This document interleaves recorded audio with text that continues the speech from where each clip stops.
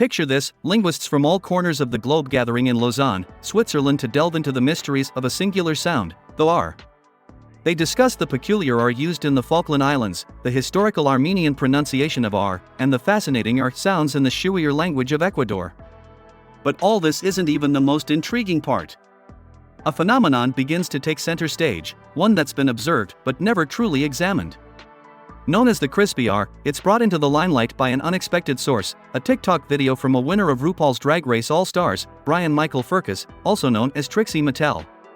This crispy R, characterized by an elongated, curled sound, is demonstrated by such figures as Kourtney Kardashian, Max Greenfield from New Girl, and Ezra Koenig from Vampire Weekend. But what is it about this peculiar R that has linguists so intrigued? You'll soon find out, dear listeners. What's up, my curious and wonderful listeners? I'm your host, Caesar, ready to dive with you into the depths of the unknown. And guess what? I'm not alone. With me is the brilliant Sonia, who will be lending her insightful comments along the way. Hello everyone. Excited to unravel today's mystery with you all. Now, don't forget to subscribe to our channel and hit that bell icon so you don't miss out on our daily episodes. Because here on Curiosity Wonderland, we're all about satisfying that thirst for knowledge. Stay tuned.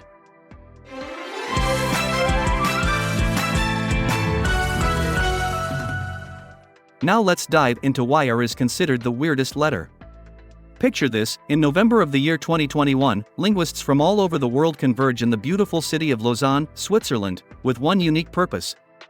They are there for a conference dedicated solely to the R sound, aptly named Retics. This event witnesses intriguing presentations on the varied use of R across different languages and regions, like the intrusive R of the Falkland Islands, the historical Armenian R, and even the R sounds in Shuir, an indigenous language of Ecuador, spoken by fewer than 10,000 people. But here's where things get really interesting. An overlooked phenomenon, the crispy R, might soon take center stage at the Retics conference. The term crispy R was first coined by Brian Michael Furcus, who you may know better as Trixie Mattel, the winner of RuPaul's Drag Race All-Stars. This peculiar R sound is not easy to describe or recreate, but those who use it stand out. Some of the most notable users include personalities like Kourtney Kardashian and Max Greenfield from New Girl. This R sound, to my perception, is an elongated, curled sound, a laid-back way of pronouncing R. The pursuit to understand this linguistic quirk led me to spectrograms of spoken words, ranking them on their degree of crispiness. This pursuit also involved numerous interviews with equally enthusiastic linguists. However, it's important to note that any deductions about this crispy R at this juncture are still preliminary. Further research, listening surveys, and ideally, capturing a natural crispy R speaker's tongue movements using ultrasound are required. But before we delve any further into this, let's take a moment to appreciate how unique and peculiar the R sound really is. Hold on to your seats, folks, because this is going to be a fascinating ride. The R sound's complexity and versatility easily warrant its own conference. The legendary Bill Labov, considered the godfather of sociolinguistics, conducted a seminal study on this sound in 1966. He investigated the social contexts of R pronunciation by engaging with salespeople at different Manhattan department stores. What a unique study. So, he was studying accents and class? Exactly. He asked them all to say the phrase fourth floor, then analyzed if there was a link between their pronunciation of R and their social milieu. We used the term rhoticity when discussing the R sound at a basic level. English is a tricky language, isn't it? It certainly is. Take for instance the words rough, cough, bow, and though. All spelled similarly, yet each pronounced with a different vowel sound. It's quite nonsensical. And I bet there are even more peculiarities about the R sound. Absolutely. A significant number of native English speakers are non-rhotic, which means they often ignore the R. This is commonly seen in dialects of British English, Australian English, South African English, and some disappearing American English dialects. Ignoring the R. Well, that's interesting. It's also crucial to know that this non-rhoticity in American English was actually considered prestigious from the colonial era till the early 20th century. So, the R sound can tell us a lot about a society? Yes, an astounding amount can be learned about people, culture, and politics from studying R. And the most intriguing part? R isn't really a consonant. It's more of a vowel, at least phonologically speaking. That's an unexpected twist. Who knew R was this complex? Indeed. The way sounds are physically produced might classify it as a vowel rather than a consonant. And that's a whole other ballgame. But let's save that discussion for another day. The way we produce the R sound, like the W or Y, is more like the production of a vowel in English. Typically, the sounds represented by letters are quite consistent across languages. However, the R sound is notably different and varies drastically. Wait, so the R isn't universal? Not at all. An R in Spanish is rolled, in Scottish English it's a quick single roll of the tongue, and the French R is a guttural sound. These variants are not related and are produced entirely differently, but they're all RS. This complexity must make learning the R sound quite challenging for young speakers, right? Absolutely. The R sound often becomes one of the last sounds that young speakers learn, and one of the most challenging. That's why baby talk often replaces the difficult R with an easier W. So how do speech therapists teach children to pronounce the R sound correctly? Tara McAllister, a linguist turned speech pathology researcher, uses ultrasound technology.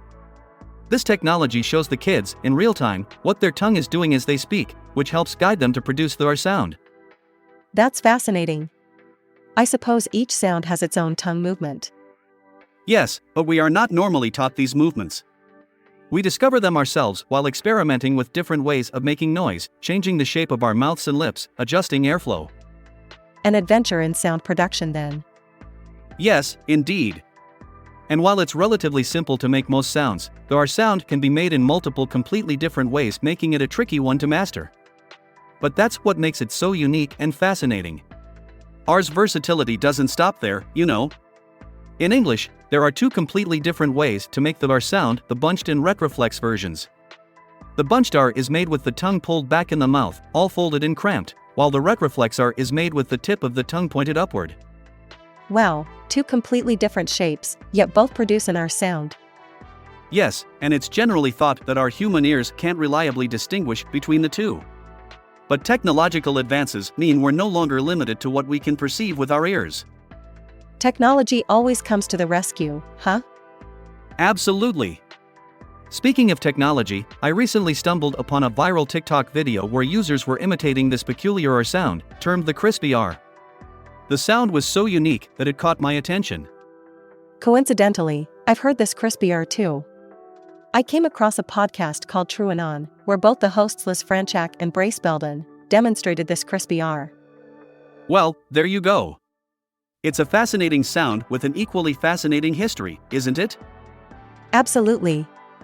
Just when you think you've mastered a language, something new and unexpected pops up. It's interesting to note that it's a common misconception to think that any odd-sounding R might be retroflex rather than bunched. In fact, Tara McAllister once suspected her own daughter might be producing retroflex R and excitedly tested her with an ultrasound device. She must have been surprised to find out the reality. Absolutely. Her daughter turned out to be what she described as the bunchiest buncher. That's quite the reveal. Indeed. Studies show that individuals might use bunched RS, retroflex RS, or a combination of both depending on the context. It's not readily obvious by just listening whether a person is bunching or retroflexing. That's fascinating. So is there any way to know for sure without an ultrasound? Yes, there are ways to figure out whether an R is bunched or retroflex. Jeff Mielke, a phonologist, walked me through a couple of spectrograms. Spectrograms? Yes, spectrograms are visual representations of the spectrum of frequencies in a sound. He showed me one of True and On co-host Liz Franchak saying the word crew. These spectrograms reveal the difference between RS by showing the different frequencies of the formants, which are like the notes in a musical chord. Amazing how deeply nuanced our speech really is. Absolutely. It's why linguists get so excited about new accents or linguistic quirks. There's always something new to discover. Studies have shown that it takes a lot of unusual happenings in those formants for us to notice. In a bunched R, the fourth and fifth formants are very close together. In contrast, in a retroflex R, they're much farther apart. So, does that mean a crispy R is always a retroflex R? Not exactly. Every crispy R seems to be retroflex, but not all retroflex R sound audibly crispy. This raises a peculiar question. If we assume that crispy R's are retroflex, how is it that some of us can differentiate them? Yes, that is peculiar. Do we have an explanation for this? One possible explanation shows up in the spectrogram. In the Rs that seem the crispiest, they're clumped with hard consonant sounds such as K and B. Moreover, there's a significant gap between the consonant and the R that follows, making cru sound almost like kuru.